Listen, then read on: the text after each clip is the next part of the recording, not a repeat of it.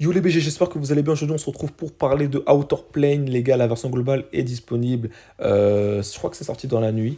Je sais pas aux alentours de quelle heure, mais bref, le jeu est disponible en global sur iOS et Android. Donc les gars, n'hésitez pas à y jouer si le jeu vous intéresse. Pour ma part, j'avais déjà proposé du contenu sur ce jeu il y a quelques semaines de cela. Le jeu était disponible en soft launch, version SEA. Donc là, on est vraiment sur la version globale. Donc dans cette vidéo, je vais vous parler des meilleurs personnages à aller chercher, comme d'habitude, pour ceux qui veulent vraiment commencer le jeu, parce que je sais qu'il y a pas mal de gens qui ne pouvaient pas jouer au jeu, malheureusement, parce que pour installer le jeu, c'était un petit peu compliqué. Donc là, au moins, vous pourrez tous jouer au jeu et vous donner un avis concret. Mais moi, je vais vous donner en tout cas les meilleurs personnages pour bien débuter ce jeu. Notamment, en plus, on a eu une nouveauté, on a deux personnages exceptionnels, je vous le dis tout de suite. Je vais vous dire lequel de ces unités faudrait aller en priorité focus. Je vais vous donner mon avis, bien sûr, c'est personnel. Voilà, en fonction de mon expérience sur le jeu. Voilà, donc en espérant que la vidéo vous plaît, on se retrouve tout de suite les gars. XO. Uh, yeah. Uh, yeah. On est parti les gars, let's go. Du coup, on va commencer déjà directement par la bannière de Valentine. Valentine, je vous la fais court. Valentine, c'est pas ce que je voulais faire. Valentine, si tu veux, c'est un personnage en fait qui aura la possibilité d'appliquer un buff sur son S2. Son S2 en fait va pouvoir donner un buff de taux de crit et de damage crit de 50% pour toute ta team. Donc c'est très très très fort et elle va pouvoir également par la même occasion gagner un tour supplémentaire. Ce qui fait que du coup tu vas pouvoir attaquer directement encore. Donc par exemple là tu fais ton S2. Ensuite derrière tu pourras faire ton S3 et son S3 qui fait uniquement des dégâts multi-cibles en réduisant la priorité des adversaires. Alors, je ne sais pas exactement ce que c'est la priorité, j'ai pas assez d'expérience pour dire ce que ça signifie exactement, mais en tout cas, la force de ce personnage-là se fait vraiment ressentir pour son S2, parce que c'est la seule unité du jeu à proposer du support DPS et puis même en termes de DPS, elle est excellentissime en fait. Donc en fait, c'est un support DPS, mais enfin support gros DPS en fait, clairement. Donc vraiment une unité à aller focus. Vous pouvez la mettre dans n'importe quel team. Elle rentrera très fort dans tous les contenus PVP, PVE. Donc n'hésitez pas. Rin qui est également exceptionnel. C'est un personnage qui va vraiment se jouer sur les dégâts multi-cibles également. Enfin, elle, c'est multi-cibles et mono-cibles sur son S1. Son S1 va tout simplement pouvoir réduire enfin augmenter plutôt sa priorité de 20%, encore une fois. Et sur son S2, la particularité de son S2, enfin, c'est ça qui est le plus fort chez le personnage. Pour ceux qui voient Epic 7, Wildred Arbitre, la version ML, vous savez que lui, quand tu fais un kill, tu peux reset ta compétence et l'utiliser du coup à l'infini tant que tu fais un kill. Et bah elle, c'est la même chose, sauf que faut pas que tu fasses un kill. Il faut juste que tu sois sous buff. Que tu aies un buff ou deux buffs. Tant que tu es sous buff, tu pourras utiliser cette compétence à l'infini. T'as bien entendu, c'est complètement pété. Et ça se synergise du coup plutôt très bien avec son S3 qui va tout simplement pouvoir booster son taux de crit pendant 2 tours et booster son attaque de 5%, stackable 3 fois, donc à la hauteur de 15%. Donc c'est très intéressant. Du coup, tu fais son S3, ensuite tu enchaînes avec son S2, du coup, ce qui fait que tu es sous buff pendant 2 ou 3 tours. Et du coup, en faisant cette compétence-là, tu pourras, t'as vu, je sais pas si tu as vu, c'était marqué cooldown réduction. Tant que tu es sous buff, tu pourras spammer cette compétence. Donc vous voyez la synergie en fait, pourquoi les développeurs sont très intelligents, ils ont fait exprès de mettre Valentine, parce que Valentine va booster ton taux de crit, tes damage crit. Du coup, tu auras beaucoup plus de buff et tu vas faire aussi beaucoup plus de dégâts. Donc au final, la synergie est complètement dingue. Pour ma part, j'ai eu la chance d'avoir Valentine en une multi. Et j'ai malheureusement pas encore urine. Vous avez vu, je suis à 92 sur 200. Donc j'ai fait 9 multi et 2 singles. J'ai toujours rien eu. Ça me fait un petit peu chier honnêtement. Donc j'aimerais vraiment bien l'avoir le plus vite possible, la petite Rin. Parce qu'elle m'intéresse vraiment. Je vous dis tout de suite, si vous avez la motivation de reroll pour les deux, j'ai bonne chance à vous, premièrement. Et si vous avez eu les deux, je vous emmerde. Clairement, parce que les deux, c'est le meilleur start que vous puissiez avoir. Vous allez rouler sur le contenu du jeu, mais à une vitesse incroyable. Je vous dis la vérité.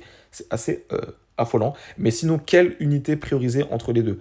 Je vous recommande dans tous les cas d'aller chercher Valentine. Parce que des DPS, vous avez une alternative à Rin. Rin est un très bon DPS, attention.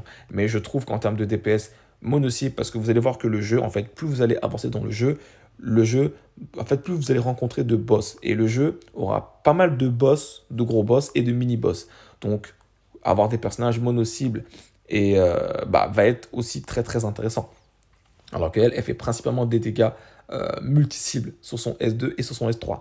Alors que voilà, enfin bref, je vais vous montrer un personnage maintenant en alternative. Donc bien sûr, la Selective Summon, vous aurez, je crois, parmi 5 ou 6 personnages au choix que vous pouvez, enfin en gros c'est un reroll que vous pouvez faire plusieurs fois. Et en gros, parmi justement cette sélection, je vous conseille de choisir Noah, ok, donc c'est cette unité-là. Alors sur la version SEA, j'avais choisi Maxwell. Maxwell qui est un... Vous pouvez choisir Maxwell également si vous voulez. C'est un très bon personnage qui fait des dégâts full AOE. Mais comme je vous l'ai dit juste avant, plus vous allez avancer dans le jeu, plus vous en rendrez compte, pardon, qu'il y a énormément de boss et que en fait, les personnages mono-cibles vont vraiment être incroyables dans ce domaine-là, tout simplement. Mais Maxwell est un très très bon personnage, attention. Le petit hic de ce personnage, entre guillemets, c'est que tu ne peux pas balancer son ultime dès le début du combat. Ok. Il faut que justement que tu puisses stacker ces fameux buffs, donc Révélation of Truth. Et une fois que tu as ces buffs stackés, tu vas pouvoir balancer ton ultime. Mais je te rassure que ça vaut le coup parce que son ultime est dévastateur. En plus de ça, tu vas pénétrer la défense des ennemis de 30%. Donc tu vas vraiment faire des dégâts. T'imagines, tu joues Valentine et Maxwell, donc qui était mon compte sur la version SEA. C'était vraiment trop fort en termes de DPS, c'était n'importe quoi. Voilà, un très très bon personnage DPS, full AOE. Mais Noah, pardon, fait entre guillemets pas la même chose parce qu'en fait, elle va se jouer sur des buffs aussi. Et en fait, elle a la particularité, en fait, au bout d'un certain nombre de buffs, alors je ne sais pas exactement comment ça fonctionne, pour ceux qui savent, dites-le moi, mais en gros, elle va pouvoir faire des dégâts multi-cibles et mono-cibles en même temps. Justement, en fait, sur son S1, elle va faire des dégâts mono-cibles. Sur son S2, en fait, c'est un passif, mais en fait, son passif, justement, va lui permettre de faire une attaque supplémentaire qui, justement, va faire des dégâts AOE, tu vois.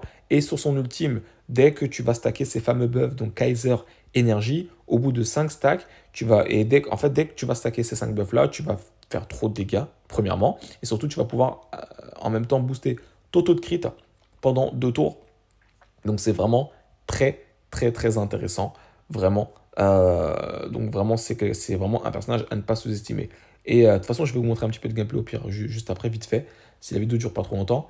Mais vraiment c'est vraiment l'unité que je vous recommande absolument à aller chercher, les gars, vraiment. Donc n'hésitez pas, surtout si vous avez Valentine. Après si vous voulez absolument Rin, n'allez pas choisir. Enfin après vous pouvez choisir Noah quand même, hein. Faites ce que vous voulez, hein. Mais je vous recommande d'aller chercher quand même Noah.